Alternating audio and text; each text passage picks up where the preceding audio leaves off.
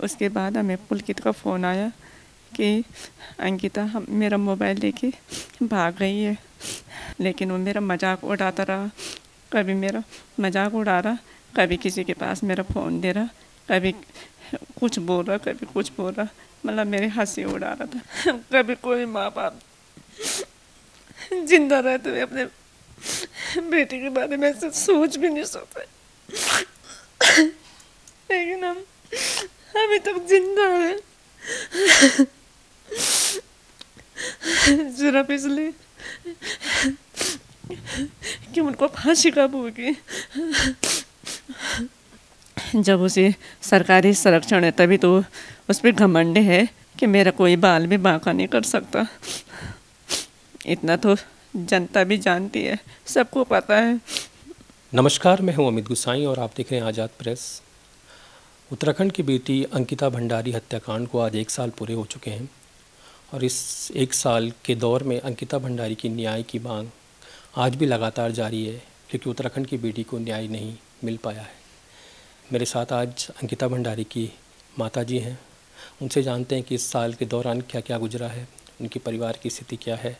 हालांकि वो इस स्थिति में नहीं है कि बात कर पाएँ, लेकिन हम तब भी जानते हैं कि उत्तराखंड की जो बात है, अंकिता की जो बात है, वो उत्तराखंड के लोगों तक पहुंचनी चाहिए। तो सबसे पहले मैं आपसे जानना चाहूँगा, ये शुरुआत किस तरीके से हुई थी? कब आपको पता चला कि अंकिता के साथ ऐसा हुआ? हमें 19 तारीख शाम को किसी का फ़ोन आया कि अंकिता वहाँ पे नहीं है। उसके बाद हमें पुलकित का फ़ोन आया कि अंकिता मेरा मोबाइल लेके भाग गई है। जैसे ही पता चला तो उसके पापा वहाँ के लिए रवाना हो गई और मैं अंकित का नंबर पे फ़ोन करती रही कि मिली मेरी बेटी, मिली मेरी बेटी।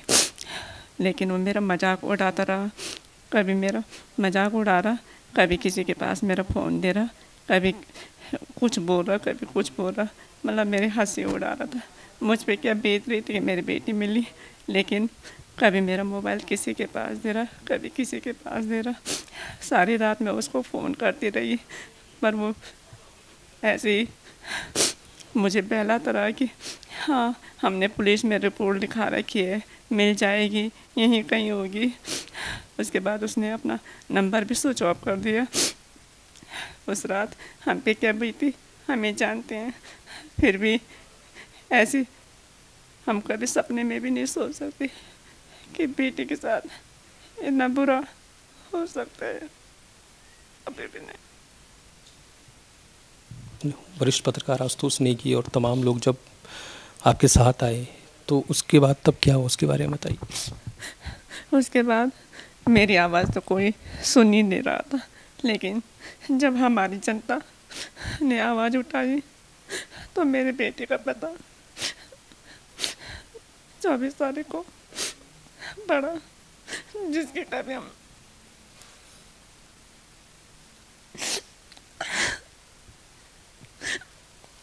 कभी कोई माँ बाप जिंदा रहते हुए अपने बेटे के बारे में ऐसे सोच भी नहीं सकते, लेकिन हम अभी तक जिंदा हैं सिर्फ इसलिए कि उनको फांसी कब होगी।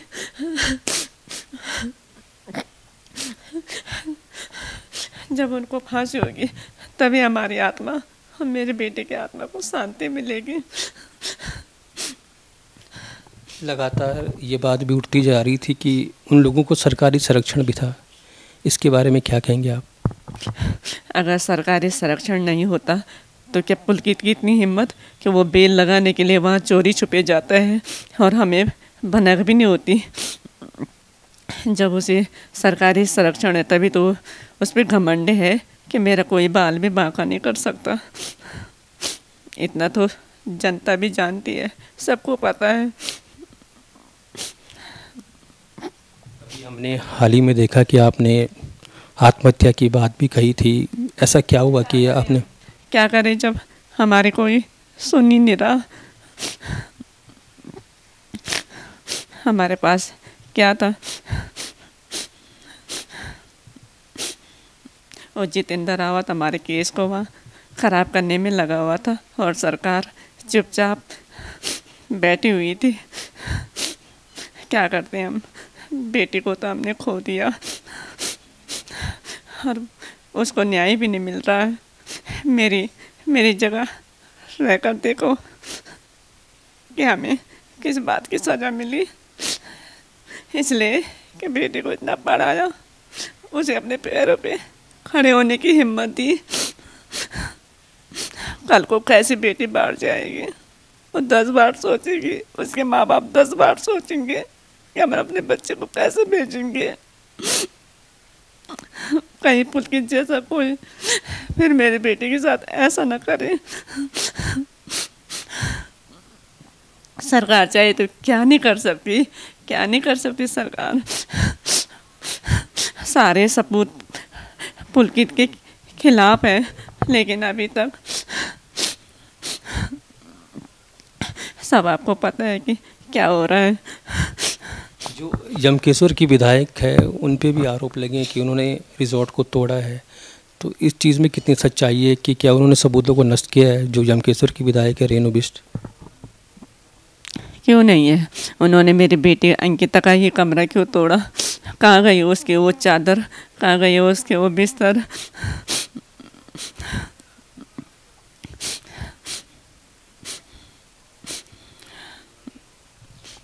अभी उत्तराखंड के जो मुख्यमंत्री है उनसे क्या मांग रखना चाहेंगे आपकी? कुछ अपनी बात अगर अपना आप कहना चाहते हैं आप तो बताइए।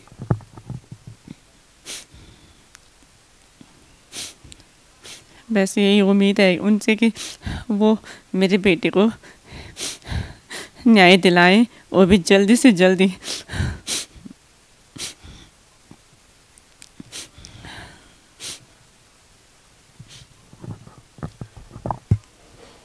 उत्तराखंड की जो बेटियां हैं उनको आप क्या संदेश देना चाहेंगे?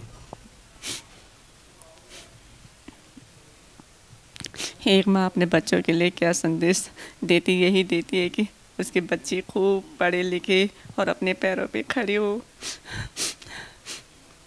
पर जब पुलकित जैसा दरिंदा उनको जीने दे, इसीलिए मैं चाहती हूँ उत्तराखंड के लोगों से कि वो इस लड़ाई में मेरा साथ दे और अपनी बेटियों को पढ़ाई के साथ साथ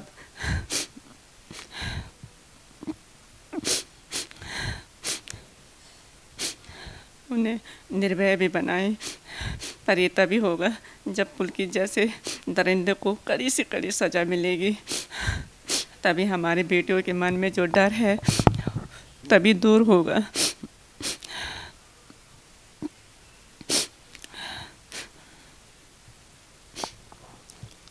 तो ये थी मेरे साथ अंकिता भंडारी की माता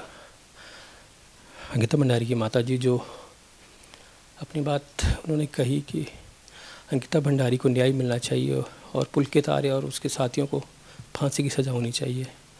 मुख्यमंत्री से लेकर तमाम लोगों तक उत्तराखंड की जनता से उन्होंने मांग की है कि वो अंकिता भंडारी की न्याय की इस मांग के साथ खड़े हों और अंकिता भंडारी को न्याय दें। हम सबकी जिम्मेदारी बनती है कि उत्तराखंड की इस बेटी को न्याय दें।